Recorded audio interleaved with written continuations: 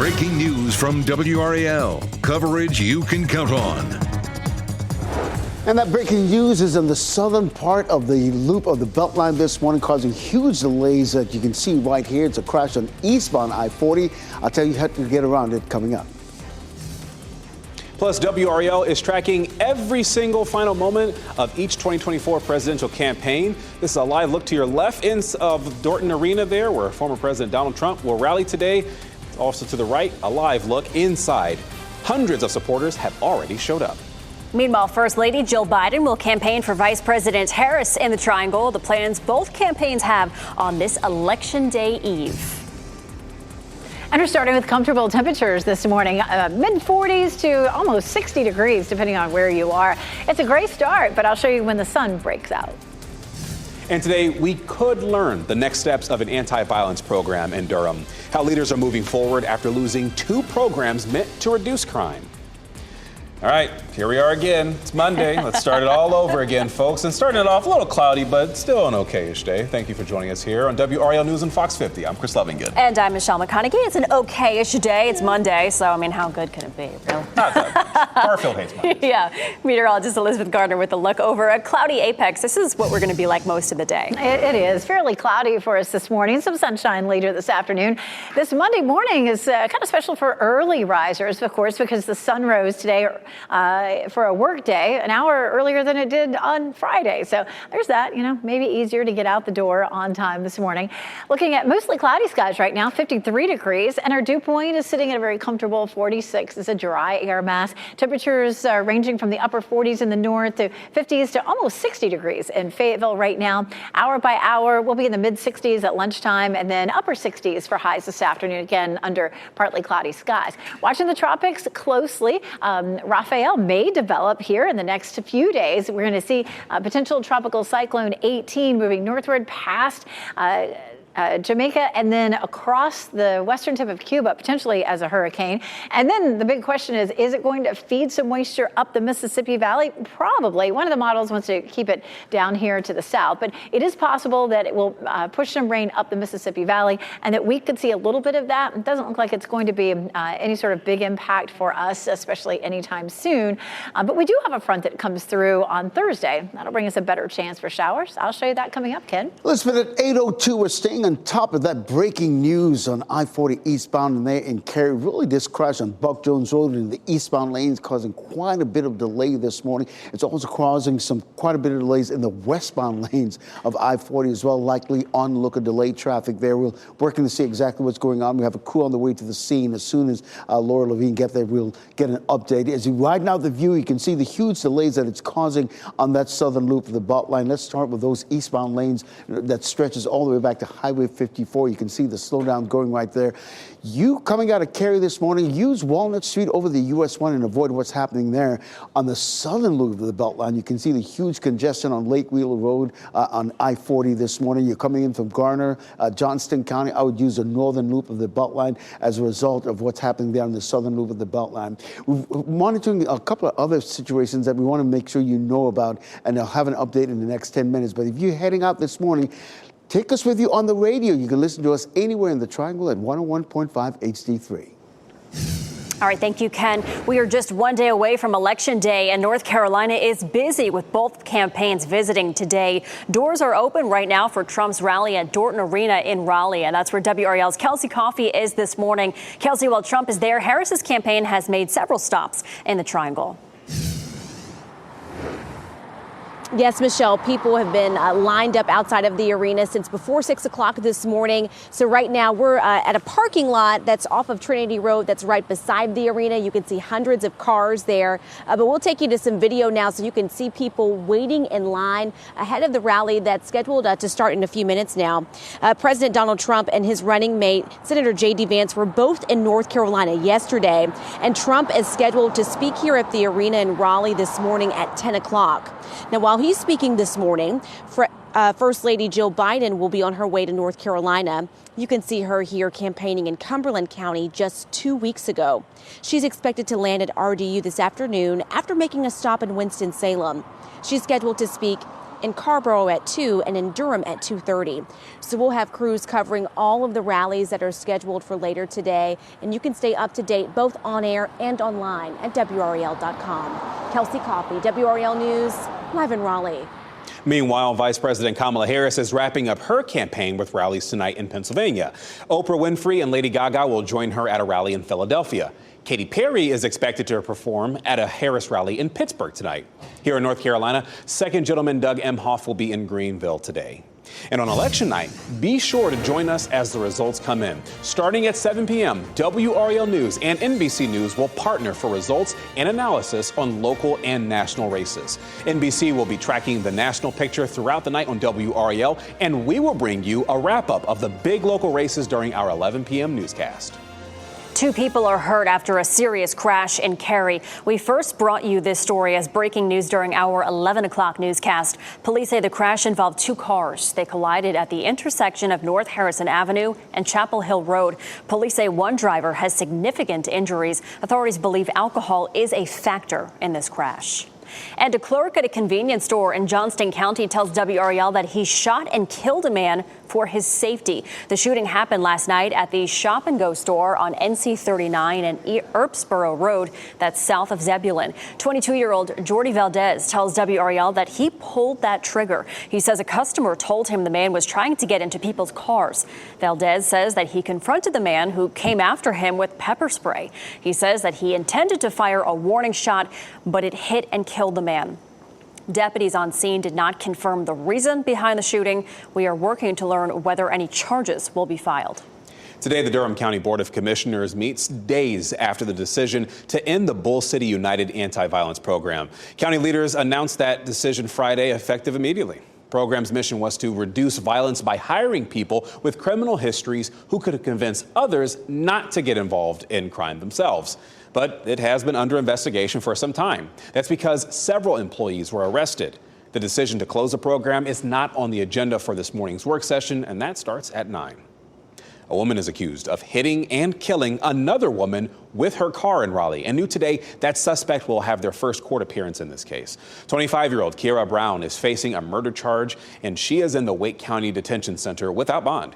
Police say Brown and 39-year-old Tara Dunn were having some kind of argument on Friday. Investigators say that led to Brown using her car to hit Dunn. Dunn died from her injuries at the hospital.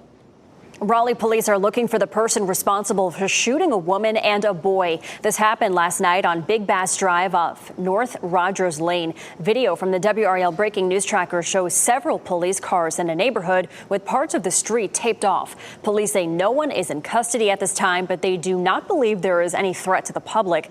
The woman and the boy who were shot are expected to recover. We are working to learn the age of that boy. Happening today, parents can learn more about Durham Public Schools' plan to restructure. This is focused on the district's Growing Together plan. Leaders say the main goals are equity, access, diversity, and managing growth in Durham. The district will be split into 5 regions. Each will have equal opportunity and a base school. An information session is scheduled for tonight. That is from 5:30 until 6:30 at Jordan High School. You voted, or maybe you plan to vote tomorrow. Either way, political experts say prepare to wait beyond election night to learn who won. We'll explain why. Plus, the holiday season, it is quickly approaching. After the break, meteorologist Chris Michaels will join us to explain why North Carolina is one of the top places to get a tree and how your purchase helps Helene efforts. And it's a cool start this morning. Temperatures will stay in the 60s for this afternoon. We'll see some sunshine after a cloudy start this morning. And then for Election Day, we see a big jump in our temperature, and I'll show you how close we'll be to records by the middle of the week.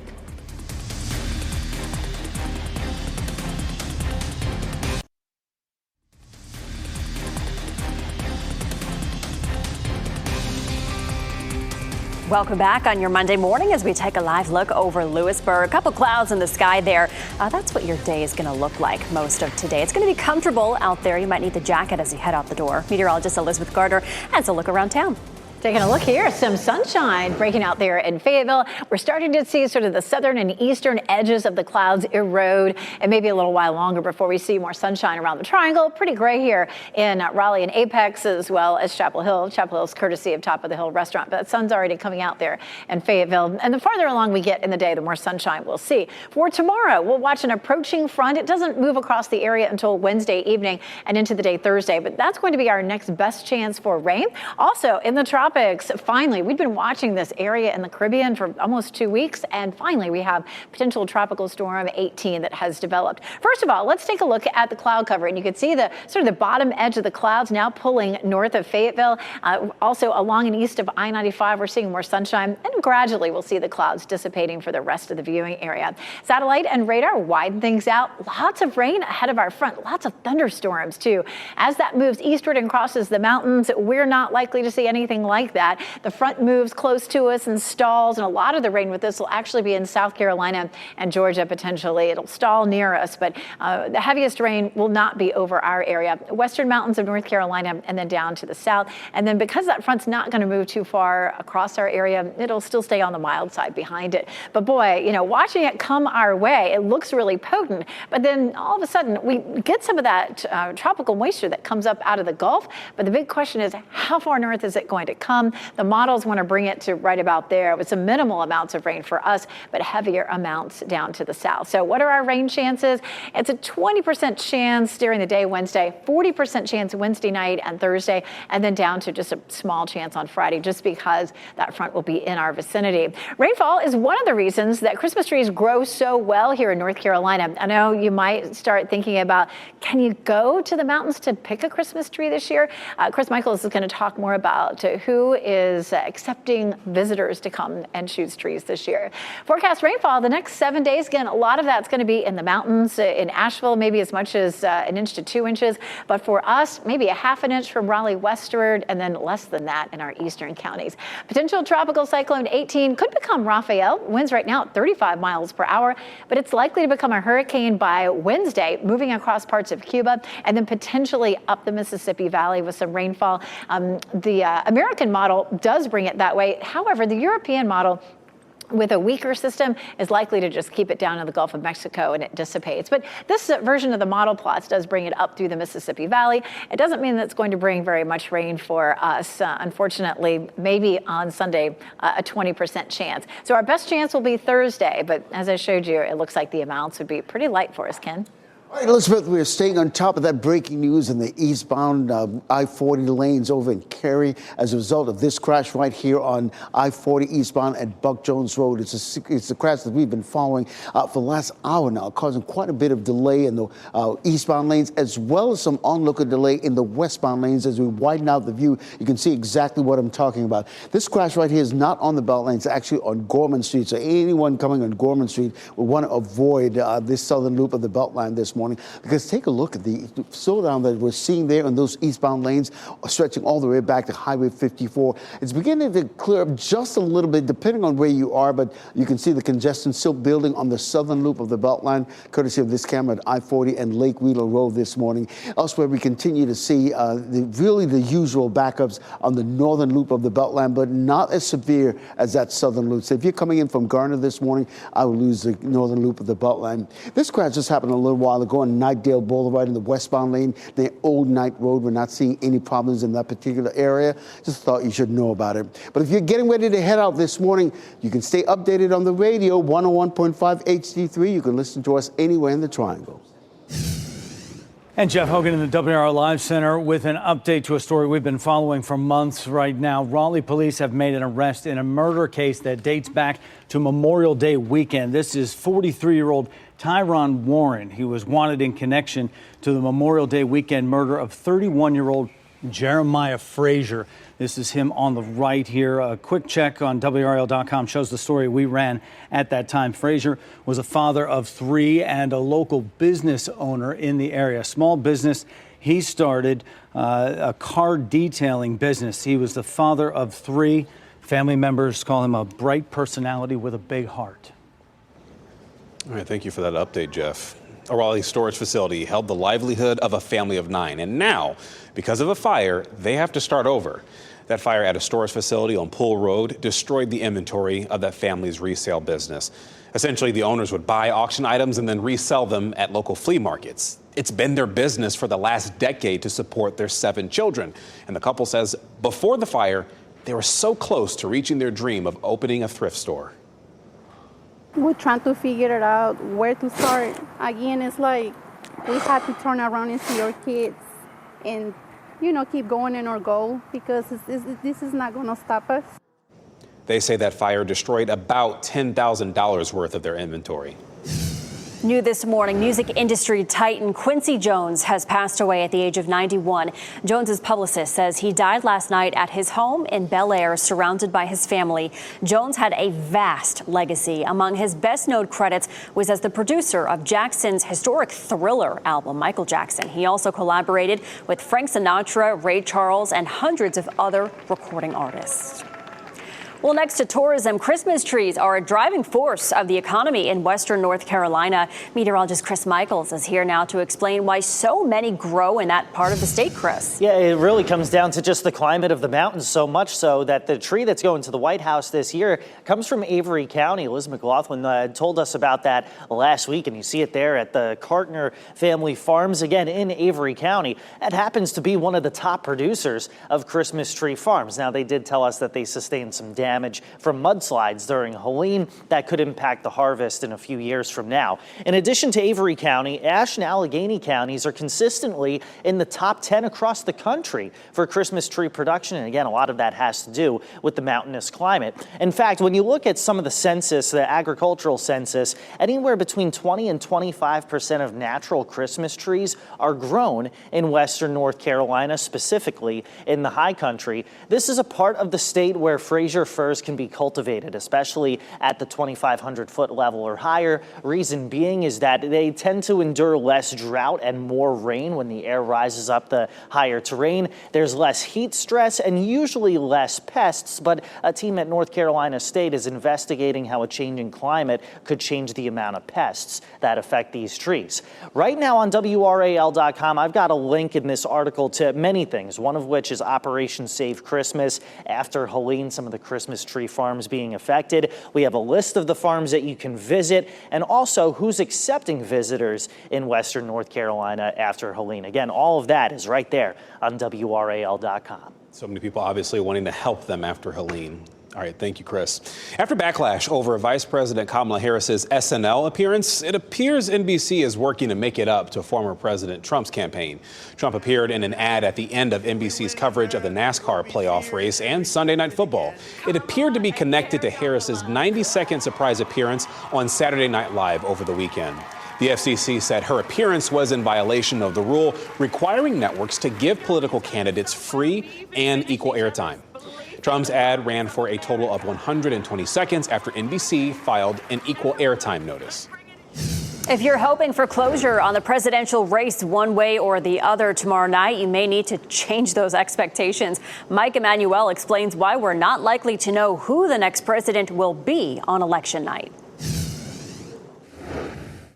As the countdown ticks closer to Election Day, when will we actually know who won? With the race in such razor-tight margins in key swing states, a speedy decision may be unlikely. It's going to take a while to count some of these states. They all have different rules. Pennsylvania, for example, doesn't even begin counting mail-in ballots until Election Day. That caused long delays in 2020, though changes have been made to speed things up. They have a lot more experience than they had processing large volumes of mail ballots than they had in 2020. And fewer voters, while still widely embraced, are voting by mail this election than in that peak COVID environment in 2020. The head of Fox News' decision desk says we could have almost a week of uncertainty, telling Politico in an interview that his over-under for a winner being declared is Saturday. That's the same day the race was called in 2020. There's also the possibility that the polls are wrong and that one candidate steamrolls to a quick and decisive outcome. Some Trump and Harris allies are expressing confidence that could be the case. I don't pay much attention to polls.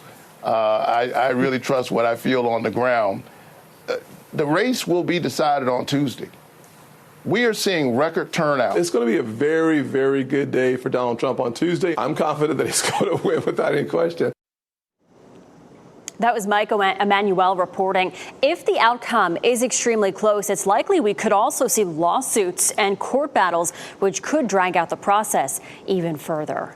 And Trump supporters are filling Dorton Arena this morning as Harris makes a vote ahead of Election Day. As you get into your car, tune to WRAL News Plus on your radio. In Raleigh on 99.3 FM. In Durham, 96.5 FM. And everywhere on 101.5 HD3. Good morning. Happy Monday. Time now is 8:26. I'm Michelle McConaughey. Ken Smith tracking a couple traffic backups, Ken. Yeah, the southern loop of the Beltline this morning, a real mess as a result of this crash on I-40 eastbound near Buck Jones Road there in Cary. You can see the huge delays it's causing all the way back to Highway 54. It's also causing some onlooker delay in the westbound lane stretching all the way back to Lake Wheeler Road.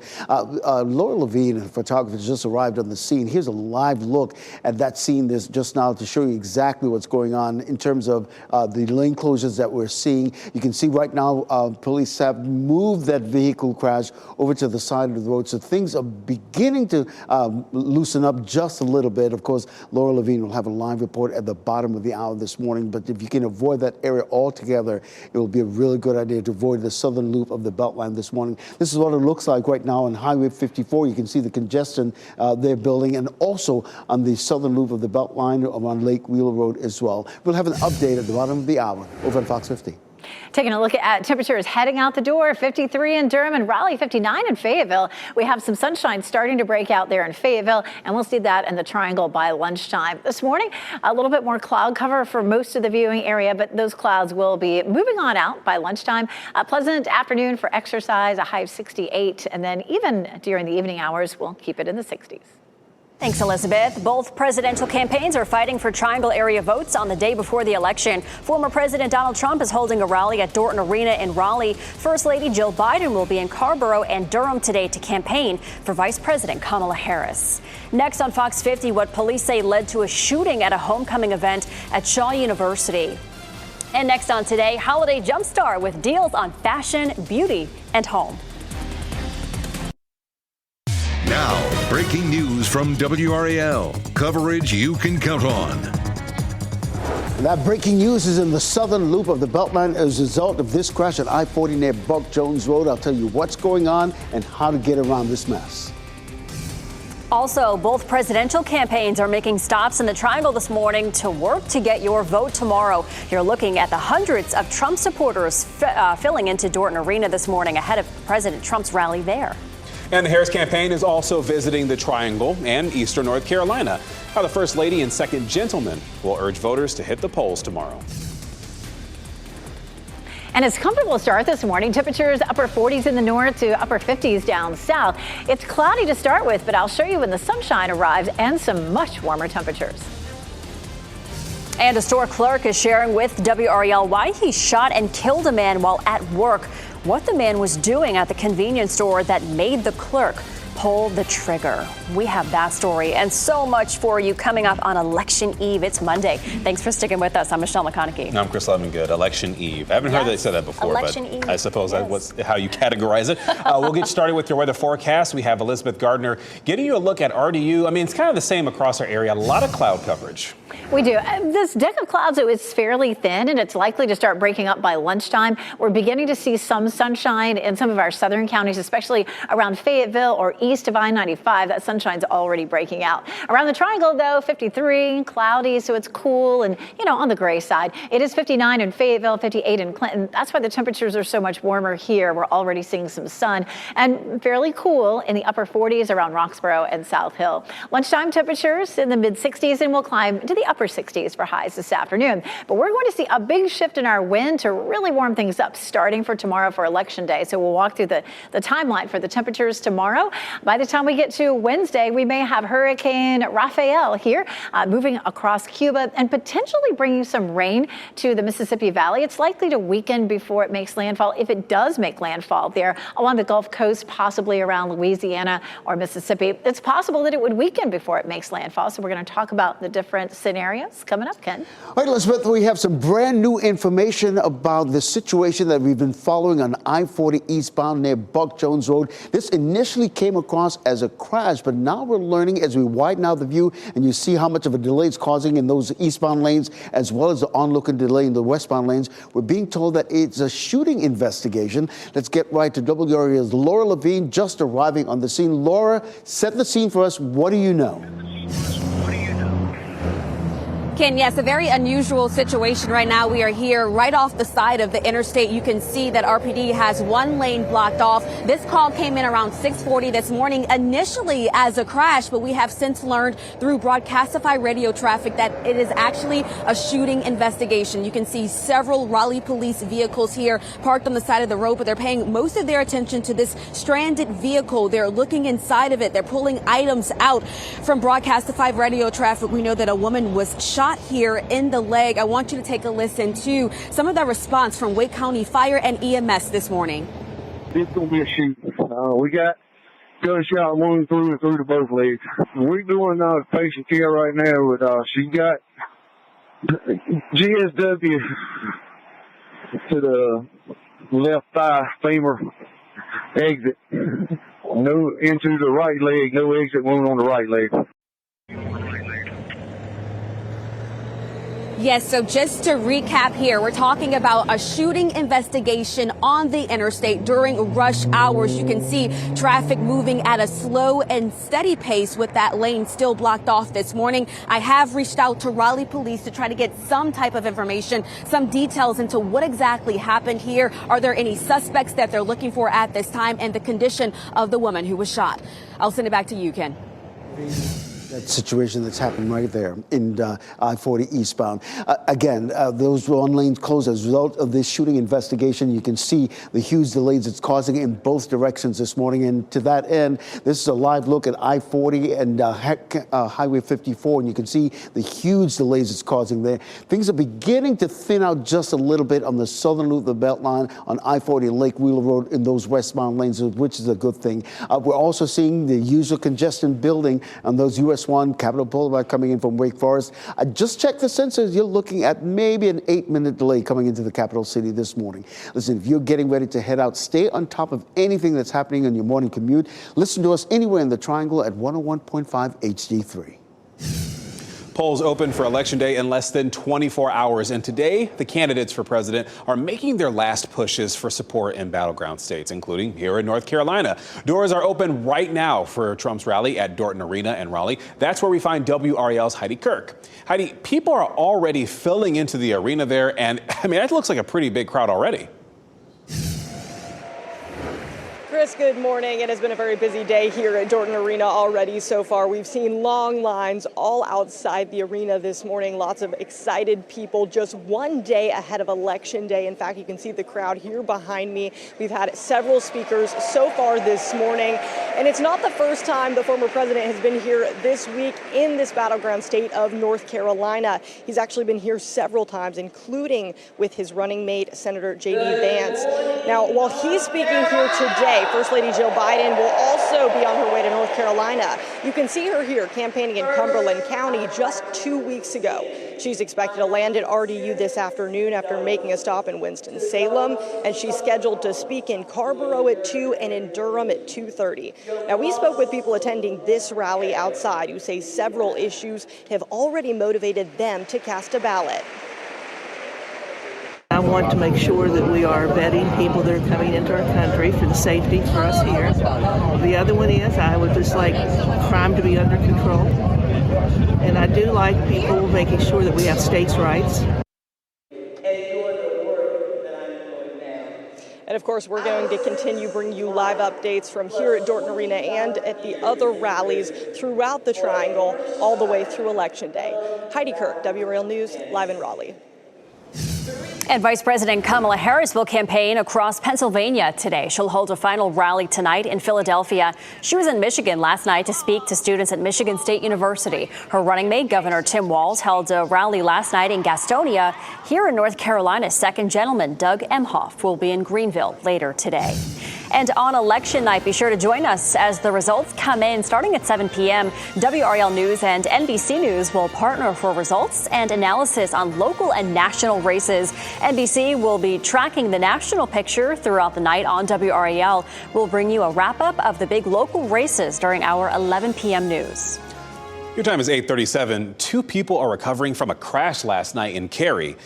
We first brought you this story as breaking news during our 11 o'clock newscast on WRAL. Police say the crash involved 2 vehicles here, and they collided at the intersection of North Harrison Avenue and Chapel Hill Road. You can see the extent of the damage, especially to the hood there.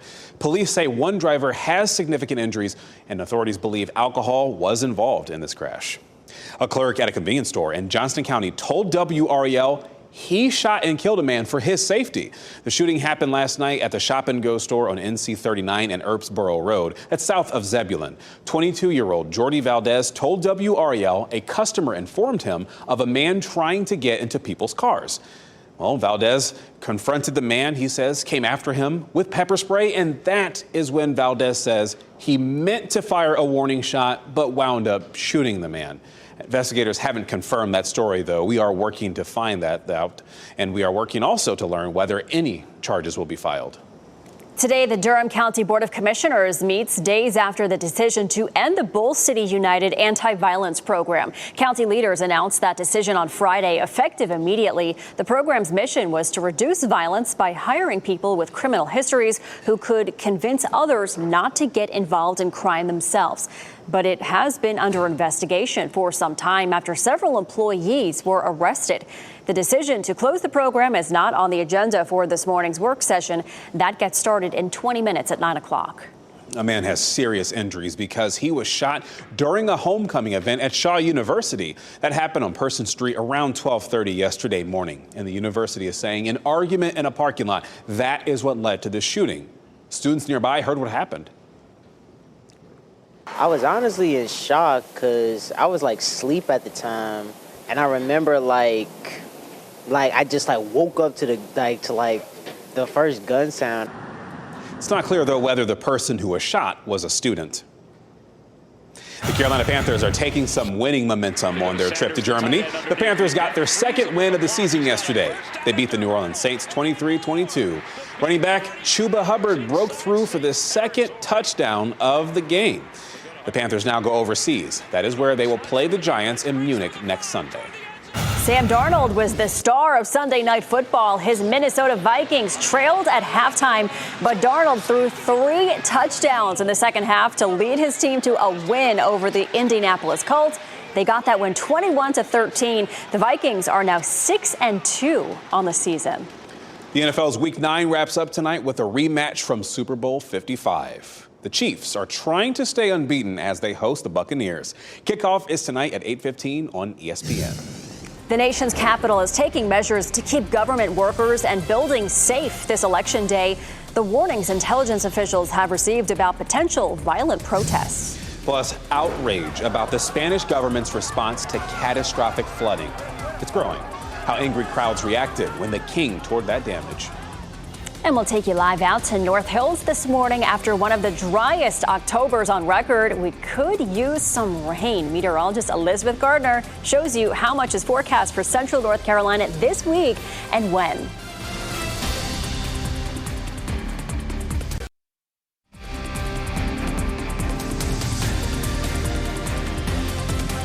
Look, if there's one thing they're going to do at Pinehurst is hit the links, especially when it's feeling pretty decent outside. Blue skies as you're watching WRAL News, available on Hulu and the WRAL app on your TV or your streaming device. Not surprised people are getting out this morning, Elizabeth, because it's definitely feeling a lot like fall. But, I mean, you put a jacket on, just fine. Oh, yeah. It's a nice morning out there. And we'll warm up into the upper 60s. We saw a couple afternoons over the weekend in the upper 60s with lots of sunshine. It felt good. Now, we are still dealing with some cloud cover around the triangle. We take a look down Fayetteville Street from our Jimmy V camera, and you can see it's a little breezy. It's on the cool side. Our temperature is 53. It's dry. Our dew point is sitting at 46. Satellite and radar showing the approach of our next front, and ahead of that front, we get into a southwesterly flow. It's really going to warm things up for us tomorrow, Wednesday. Wednesday and Thursday. Once the front comes through, we're a little bit cooler. Lots of rain out ahead of this front. Boy, we really need some of this rain, but you know how it goes. A lot of times these fronts move across the mountains and lose some of their energy and their moisture. And so we're not looking at a soaker here by any means, but the best chance of rain that we've had in a while.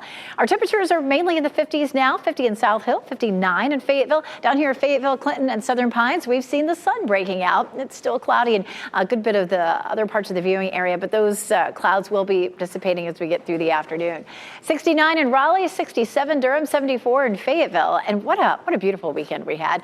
The leaves are gorgeous. We had pretty blue skies. Laura Gold sent us this photo from Old Raleigh. We'd love to see yours too. Go to WRAL.com, search Weather Watchers, and send us a few.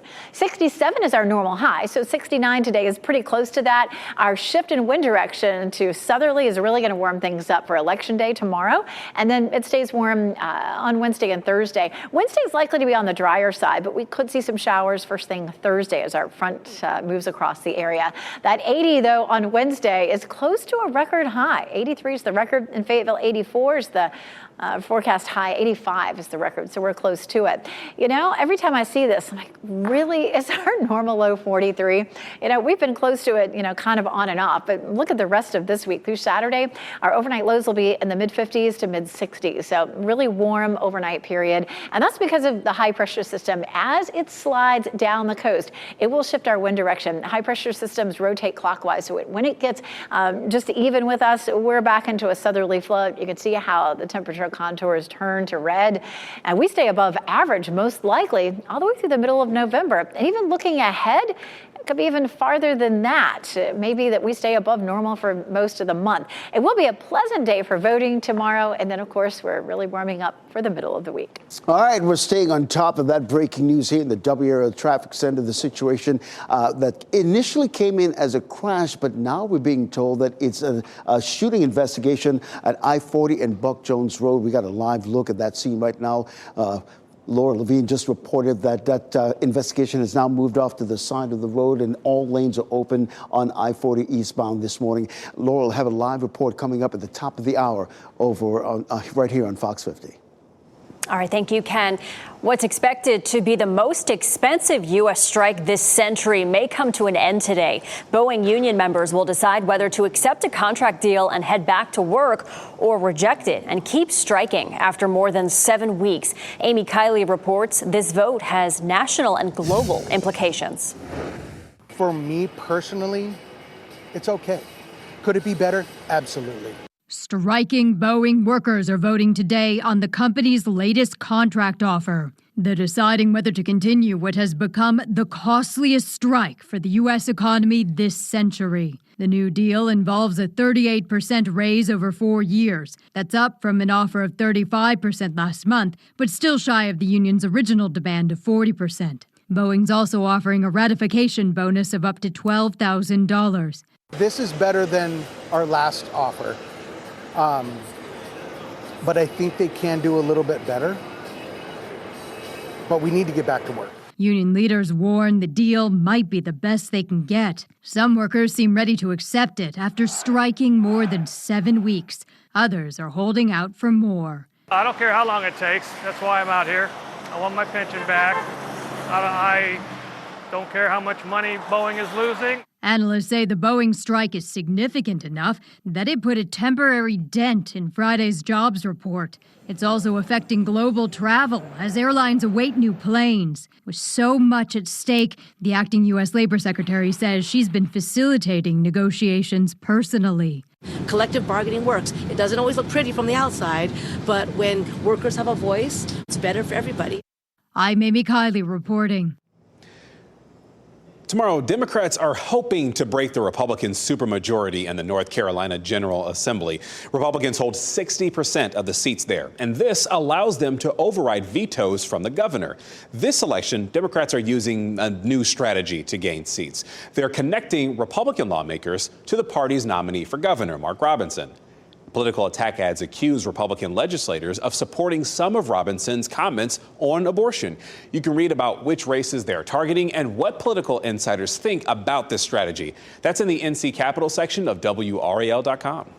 Washington, D.C. is preparing for election night with more security measures. Large security fences were being installed yesterday at areas that law enforcement identified as possible areas of political unrest. Fences are creating distance from critical government buildings. Intelligence officials have warned of possible foreign intervention by Russia and Iran in the form of violent protests. Both countries have denied this.